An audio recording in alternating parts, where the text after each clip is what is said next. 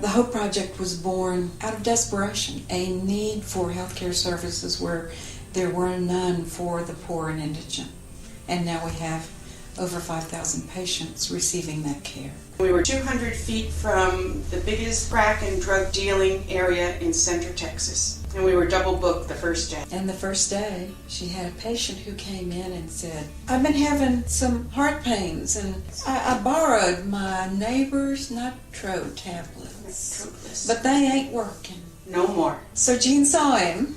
And that man had 4-way bypass surgery that afternoon, and they didn't know what had kept him alive to get to the hospital. The second day we were there, we had a woman come in, jittery and anxious, and she had awakened in the middle of the night, terrified.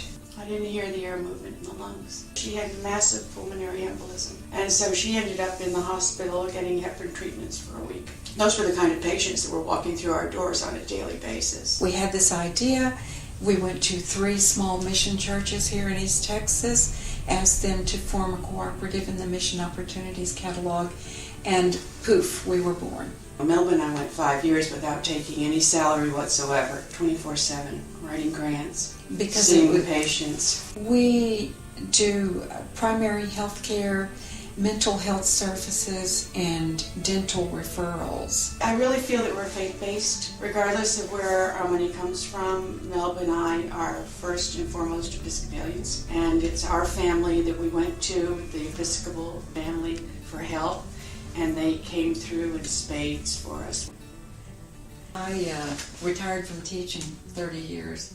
Never looked back. Learned how to be a grant writer, learned how to be a bookkeeper, learned how to do HR, learned how to do things I'd never done in my life. Talk about reinventing yourself. And I think that's basically what God calls us to do. Every day, aren't we called to change ourselves for Him?